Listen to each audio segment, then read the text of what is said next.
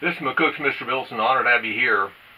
What is the best compliment you ever got, and what is the worst compliment you ever got in your life?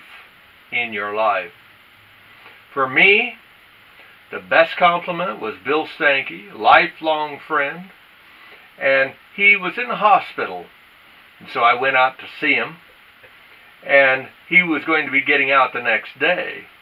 And so I said, well, I'll come see you, but I understand you got a lot of family, you got a lot of friends, and so I don't want to impose, but if there's room in your house, I'm going to come see you.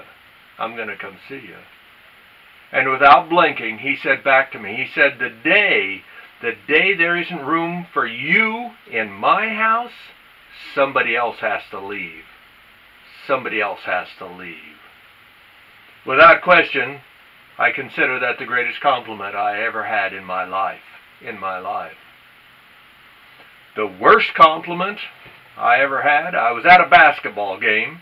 My daughter was playing basketball, and it was halftime.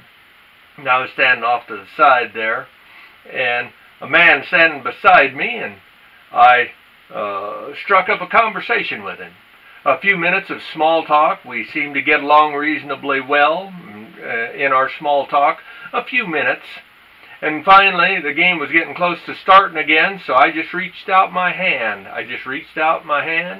To shake his hand. And I said, my name is Bill Donzie. His calm, pleasant face immediately turned into pure hate, and his eyes slanted down. And whoa!